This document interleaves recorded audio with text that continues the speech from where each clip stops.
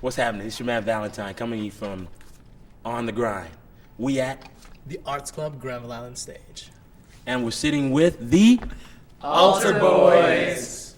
It's a beautiful time for me. Thank you for sitting with me today. It's fun. Why don't we go ahead and see who's who? I'm Vincent Tong. I play Juan. I'm Jack Baradell. I play Luke. I'm Jeff Stevens. I play Abraham. I'm Dave Hurwitz, and I play Mark. And I'm Jeremy Crittenden. I play Matthew. And how'd you get in the group? Well, I think all of us sort of ended up getting into the group the same way and auditioning for the show. When the Arts Club announced their season right around this time last year, I saw they were doing Altar Boyz and knew of the show and thought it would be a great opportunity, so got that headshot and resume in there right away. I knew of Altar Boyz. I saw the show in New York, and I loved it, and I knew that there was a role in it that I would really like to do. So I auditioned, and it all worked out. I heard about the project a little after the season was announced, quite a few months later, actually, because I'm out in Toronto, so sometimes information doesn't filter as quickly from Vancouver. But yeah, I joined the cast pretty late in the auditioning process, but I'm sure glad I did. They did a tour of this show before I joined them with another guy playing my role who's actually an old friend of mine. His name is Charles McEachran. And Charles got married in the United States and had to stay there for some immigration reasons or something like that, so he couldn't do the remount of the show. And I actually just finished my second year of university and was looking for summer work and got a call from the Arts Club saying, hey, we'd love to have you come read for this part. So came and did a few callbacks and got lucky enough to become one of the Altar Boyz. Nice. I guess I'm just the best looking Mexican guy in Vancouver. That's why they hired me as Juan. That's how I got it. So, how did the name the Altar Boyz, how did it come about? Who's going to take that? Take that? Vince? Yeah. How did the Altar Boyz come about? Well, I guess like the whole group, I guess, the characters that we play, we are a group of boys that sort of grew up together. Some of us grew up together, and we all met and basically wanted to spread the good word to the people, you know, and just share our message to the people within dance moves and pop music. stylings, you know. So that's why we came together. Okay. That was the mission.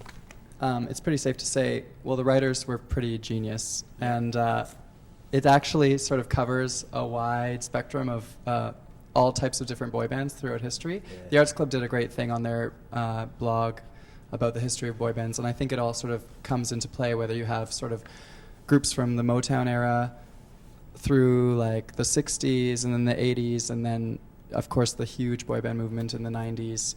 There's little tidbits throughout the show that tie into each of those, and it's a nice little flashback for the audience. I think they get a kick out of, there's a lot of really intricate harmonies, but then there's a lot of poppy sounds too and more electro stuff, so it's a wide range. It's good. Nice. Well, we're going to be playing in Vancouver until August 1st. Hopefully we'll get an extension, you know. Fingers crossed. Tell your friends. And then we can go a bit further. So if you get an extension, does it play here or somewhere else? It's going to play here at the Granville Island Stage, so if we get enough numbers to come in, then we can get a possible extension. And how's it been so far? It's been great. Really great. Yeah, Awesome. even like Got some Tuesday wicked nights. audiences. Yeah, really, really great audiences. What days is it playing? It plays Monday through Saturday. Every night, Wednesday and Saturdays, we have matinee. It starts at 2 o'clock. And Matthew is sort of the leader, and so I really thought of him as almost like somebody that takes a lot of inspiration from a preacher man that loves going out and being able to share his thoughts and his beliefs and his passion about what he's doing. And so there was no one in particular that I really modeled that off of, but just sort of that idea, and thought, how would I do that? How would I go out into the world and preach? And that's really where I sort of came from Matthew. But you also went to a Backstreet Boys concert.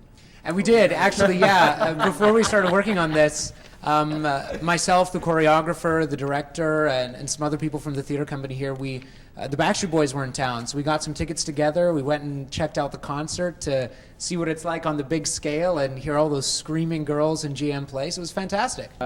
Didn't really model my character after anybody. I just kind of found him within myself and worked on honing those skills. I have the benefit to be able to play a Jew in the show, the only Jew in the show. And so I did do a bit of research actually about Judaism because I'm not Jewish in real life. And yeah, I just started hanging out with my Jewish friends more and learning some of the lingo that's necessary to conquer this part. But yeah, For my role, my guy's described as the bad boy, but he's kind of like, he's dressed as the hip-hop sort of one of the group. So I guess I drew inspiration from like JT, Eminem, Kid Rock, all those white boys who wish they were black. And yeah, just sort of, I took what the lines gave me mostly, I'd say. It's just what he says is what he is, you know what I mean? Well, I guess he's not really Mexican. There's a line in the show where he's like, he was an orphan, right? So he was brought up by these nuns, these Spanish nuns, and was taught to speak with a Spanish accent. So I sort of like looked up some Antonio Banderas clips on the YouTube. Gracias. Actually, it's kind of funny because the writers, when they made the show available for other companies to buy the rights to, they put a clause at the beginning that's called the 10 Commandments to doing the Altar Boyz.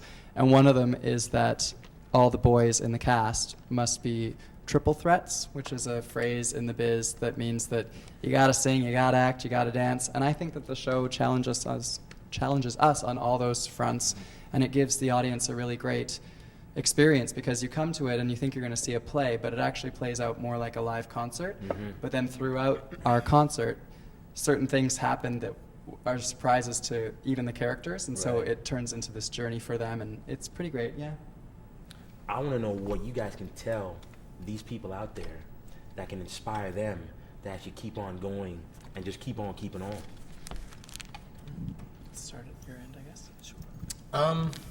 Perseverance, positive attitude, professionalism, and just being humble, I guess, in this business. It's hard, you know, because sometimes you book a big role and you just get, you know, sometimes you get a really big head about the business, and you kind of forget how easy it is for all these people, for all of us that are in this business, to all of a sudden not have a job, to be back in the ensemble, to be doing community theater. There's so many stars right now, even in LA and Hollywood.